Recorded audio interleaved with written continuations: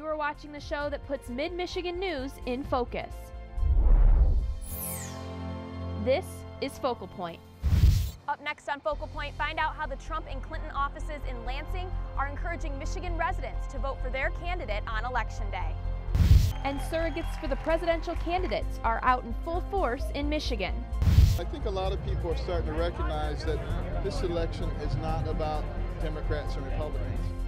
And what I said was, you know what, dude, I don't think Kennedy or Lincoln would take the time to tweet me. This is the first generation that we know we're handing our kids a lesser America. Focal Point starts now. Good evening, I'm Michaela Colonna. And I'm Whitney Burney. Welcome to Focal Point. In the final stretch of the presidential election, both candidates and their advocates are hitting the campaign trail hard. Donald Trump Jr. made an appearance at the Union this week in an attempt to get more voters to the polls supporting his dad.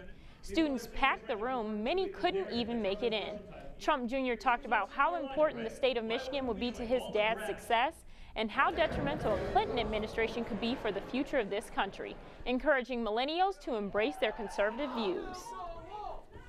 Because you guys, your generation, are going to be the people that bear the brunt of the mess that has been created in D.C. by career politicians. Build bridges, not walls! Build bridges, not walls! While Trump supporters filled the ballroom, tensions brewed in the hallway as students protested during the rally, standing arm in arm alongside each other, calling for more love and less hate. We are here to say we will not let this racism intimidate us, and we belong here too. We are also students. We also pay tuition. We should not feel unsafe on our own campus. While Trump Jr. took on Mid-Michigan, his dad took on the east and west sides of the state with back-to-back visits. Republican presidential candidate Donald Trump made stops in both Grand Rapids and Warren this week in an attempt to close a 6-point gap between himself and Democratic presidential candidate Hillary Clinton in the Mitten State. Trump's tactics included citing Hillary's reopened FBI case, saying that electing her would mean long-term court tie-ups. Hillary Clinton is unfit and unqualified to be the President of the United States.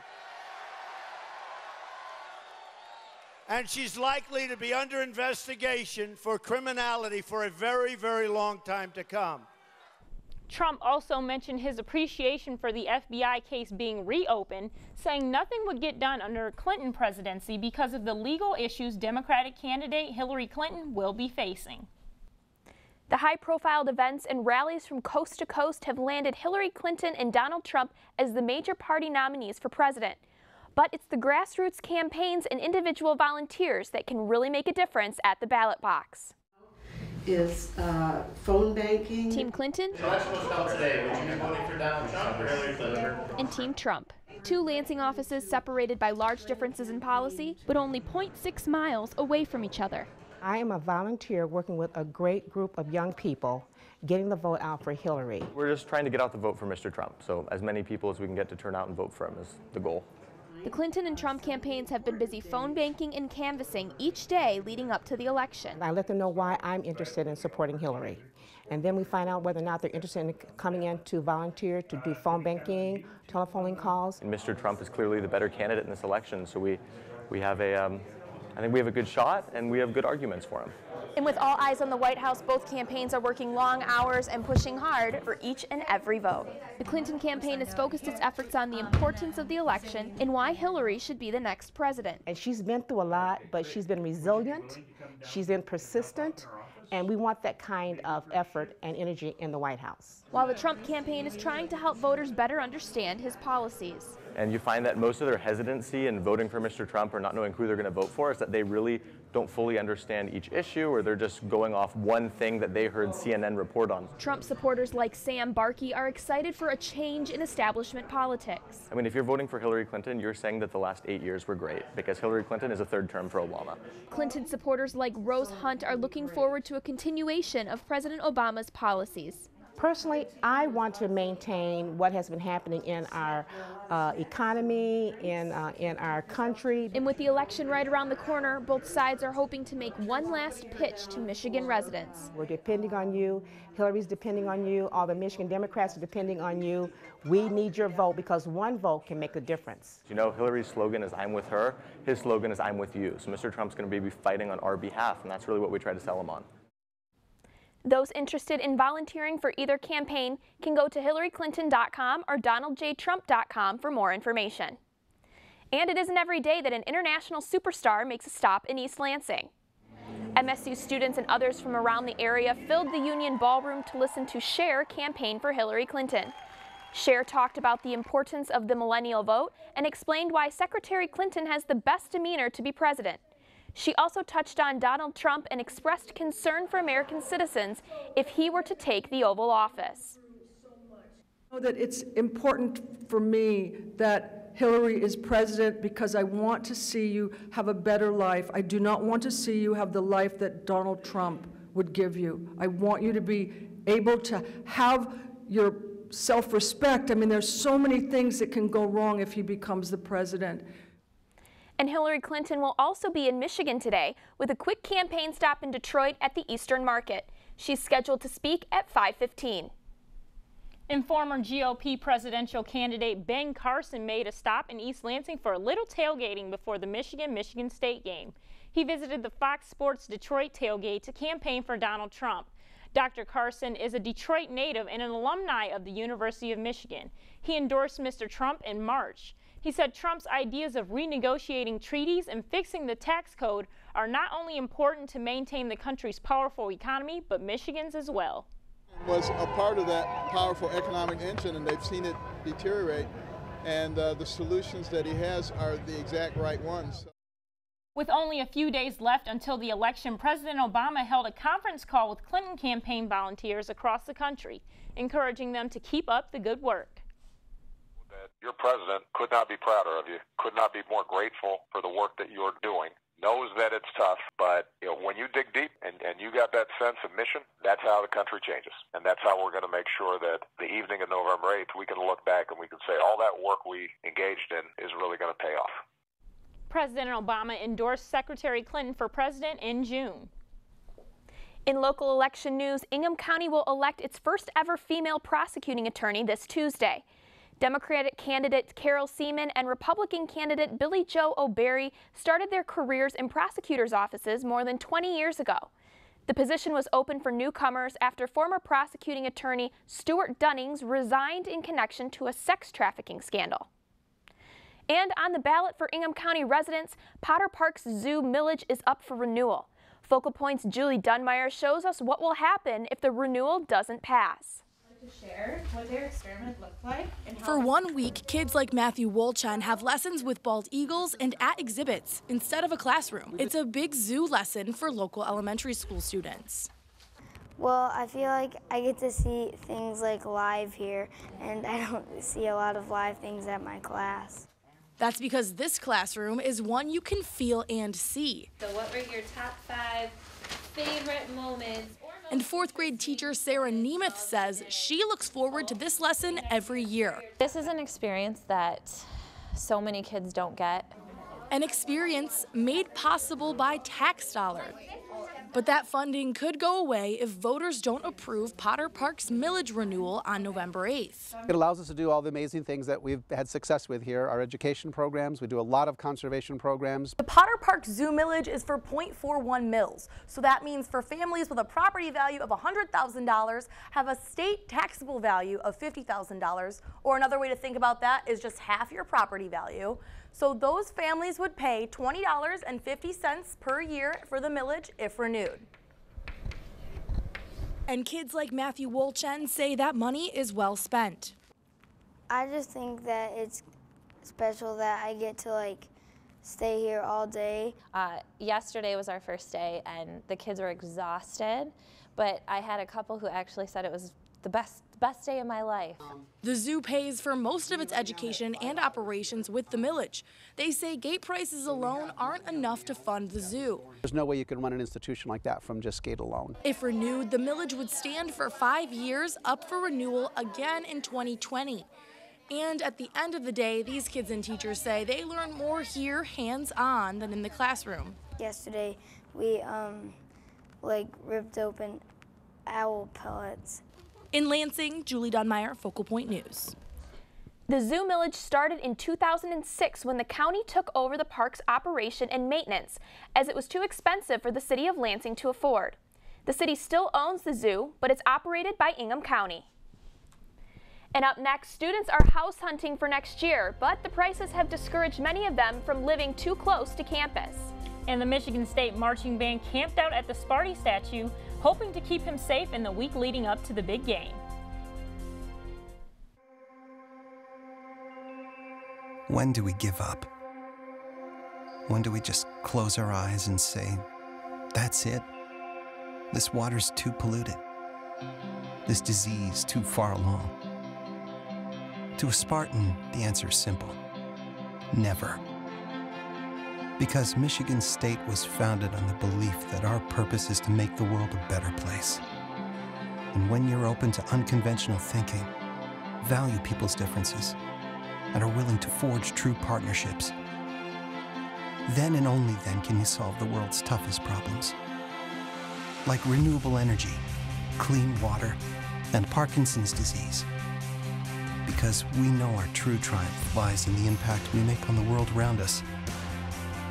And after all, if we don't do it, who will? Spartans will.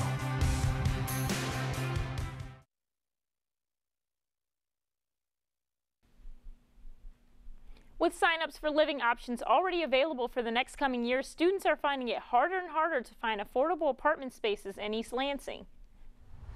For a studio apartment, it was just kind of like, what am I really spending $996 for? Alicia Taylor is a psychology student at MSU. Last year, she worked 25 hours a week to afford her 500 square foot studio apartment.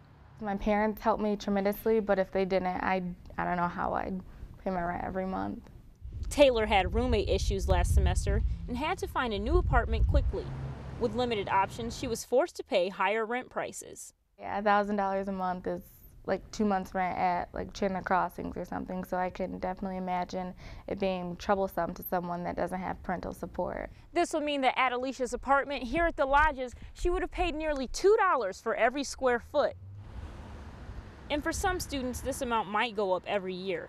The East Lansing Director of Planning, Building, and Development, Tim Dempsey, says the city actually has no control over rent prices. The state of Michigan prevents rent control.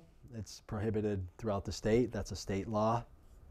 So we don't have the legal basis to do it. With new apartment buildings going up nearly every year, Dempsey thinks it will eventually change the cost of rent closer to campus.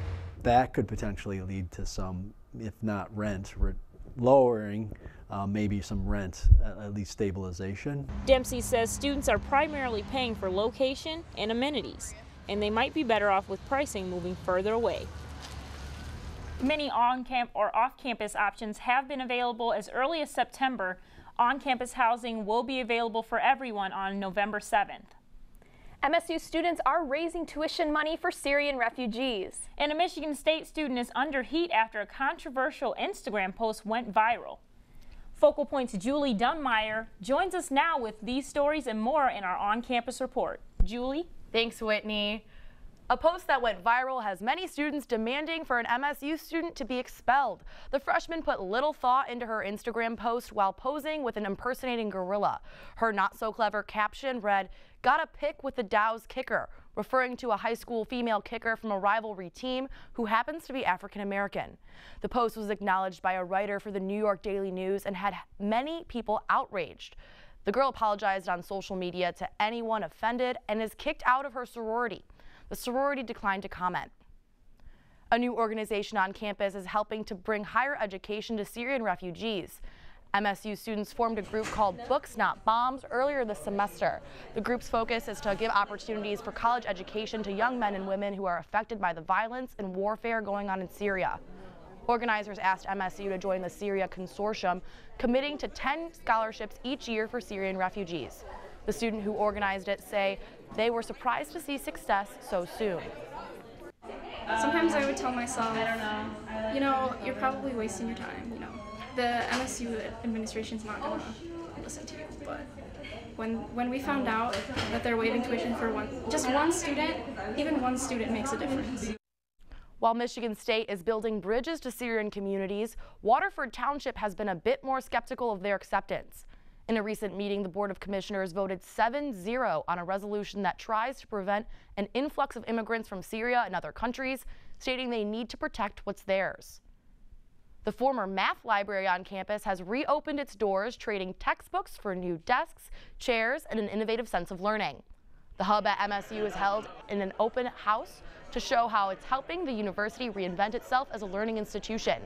Innovative projects and design teams use new learning technologies and collaboration to reinvent curriculum, build stronger connections between different fields of study, and create new ways of learning. MSU students are encouraged to get involved as they can help with the development of new university projects and improve their college experience. Because we're going to learn from you.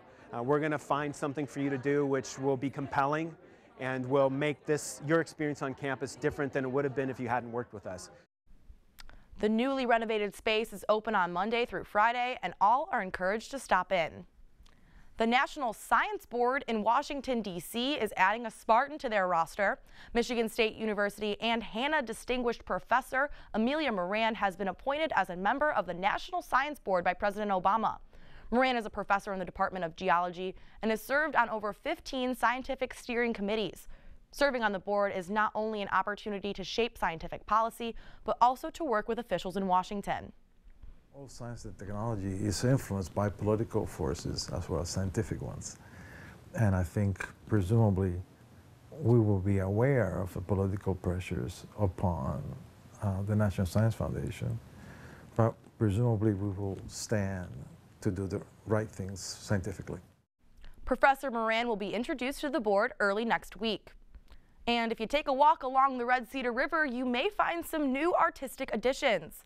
The MSU Broad Art Museum is teaming up with the university's Cultural Engagement Council to present Drowning World, the Red Cedar River Project.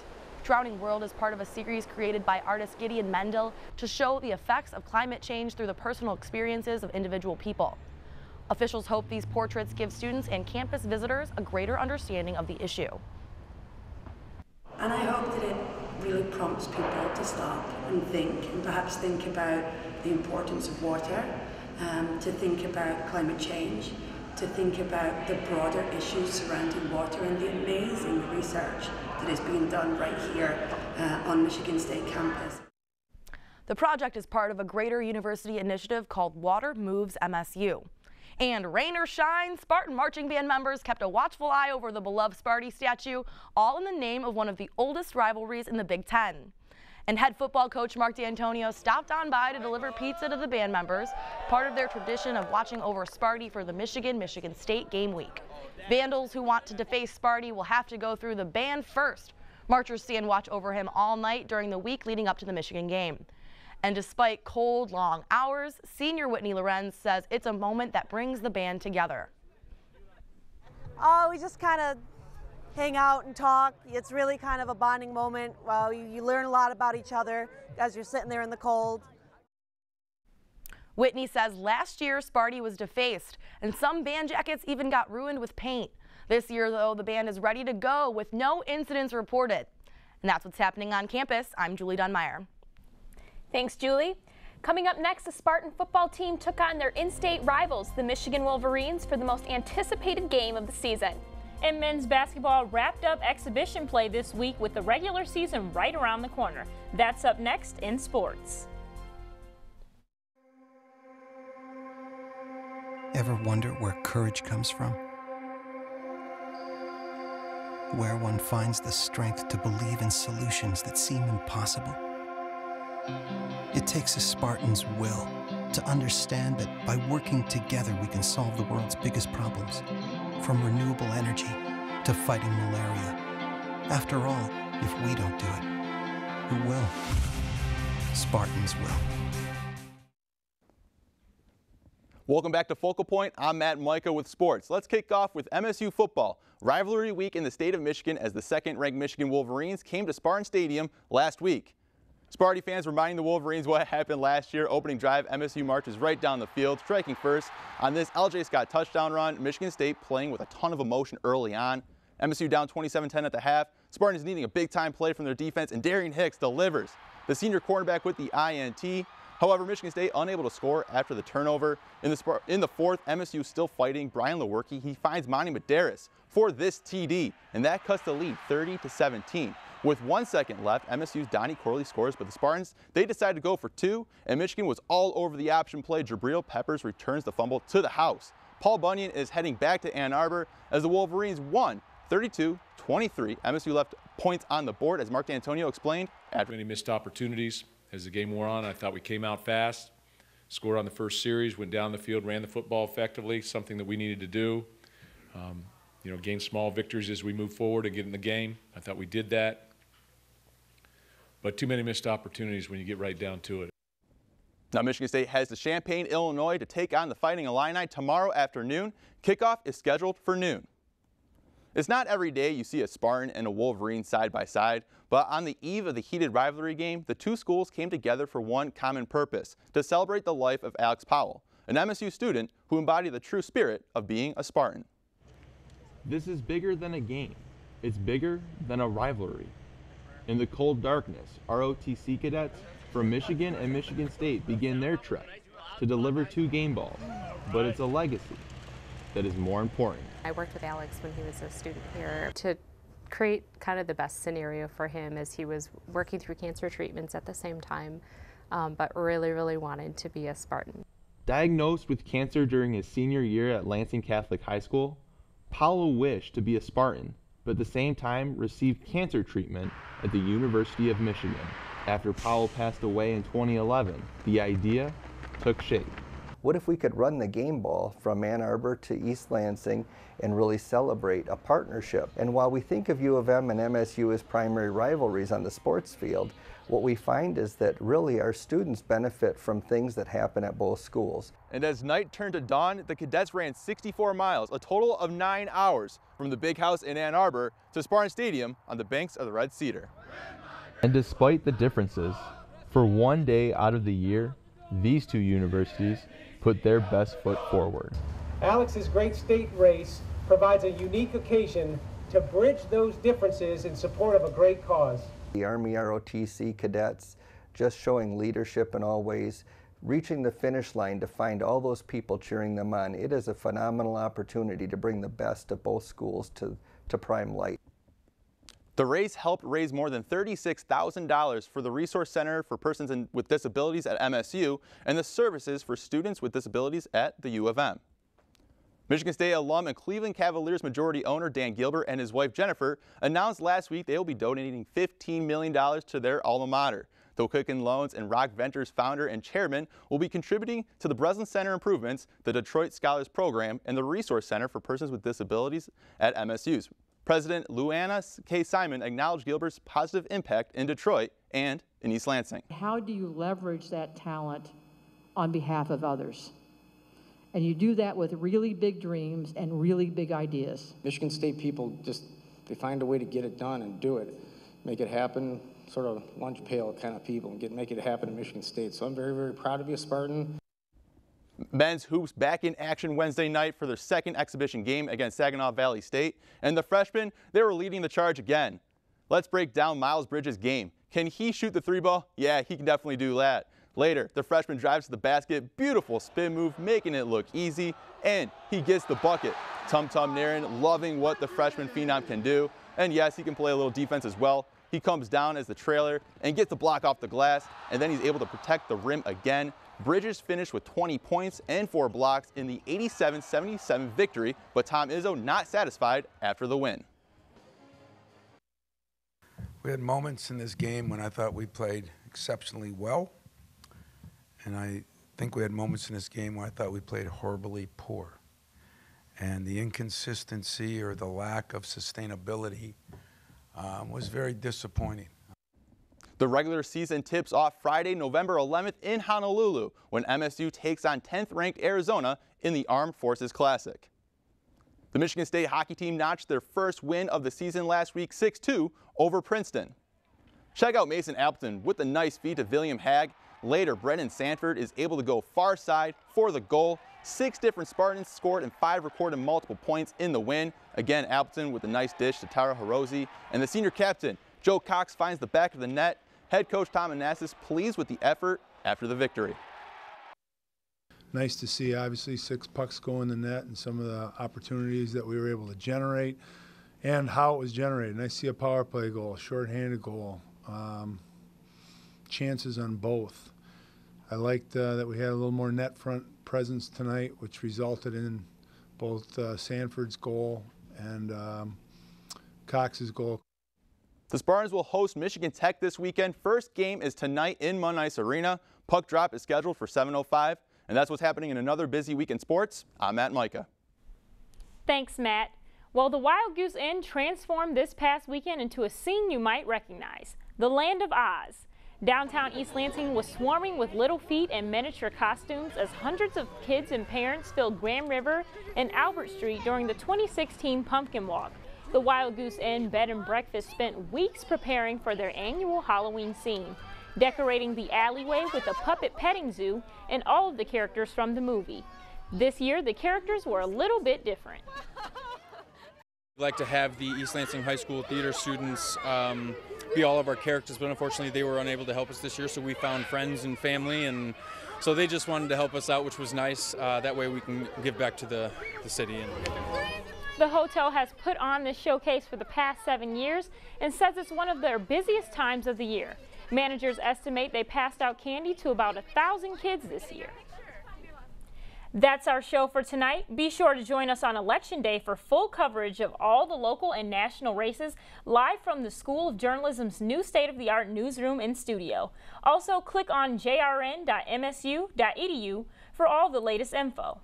We leave you now with the sounds of MSU Drumline and Spartan Marching Band from last week's Spartan Spectacular at the Wharton Center. Good night.